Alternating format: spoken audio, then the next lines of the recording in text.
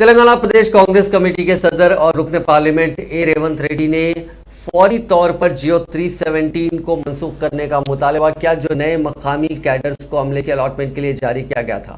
آج chief minister کے چندرشیکھر راؤ کو بھیجے گئے کھلے مکتوب میں ریونت ریڈی نے کہا کہ جیو 317 کی وجہ سے ملازمین اور اساتذہ کافی پریشان ہیں اور ان کی پوسٹنگ کو لے کر جو تعطل پیدا ہوا ہے اسے رہنما خطوط میں ترمیم کر کے ختم کیا جائے۔ انہوں نے کہا کہ جیو 317 اپنی موجودہ شکل میں ملازمین اور اساتذہ کے لیے بہتری سے زیادہ نقصان پہنچا رہا ہے۔ انہوں نے کہا کہ ٹیچرز اور ملازمین تنظیموں کے نمائندوں سے بات چیت کے بعد نئے گائیڈ لائنز جاری کیے جائیں۔ ریونت ریڈی نے چیف منسٹر پر زور دیا کہ وہ جیو 317 کو فوری منسوخ کریں اور ملازمین اور اساتذہ یونینوں کے ساتھ بات چیت کے بعد نئے گائیڈ لائنز جاری کریں۔ مزید انہوں نے کہا کہ ایجنسی کے علاقوں میں ملازمین کے الاٹمنٹ اور تبادلے جیو ایم ایس نمبر 3 کے مطابق کیے جائیں، اس لیے ان کے موجودہ ٹرانسفرز بھی جیو ایم ایس نمبر 3 کی بنیاد پر ہی کیے جائیں۔ ملازمین کے لیے رہائش کو بنیاد بنایا جائے۔ انہوں نے مطالبہ کیا کہ دوسرے اضلاع میں ٹرانسفر کیے گئے ملازمین کو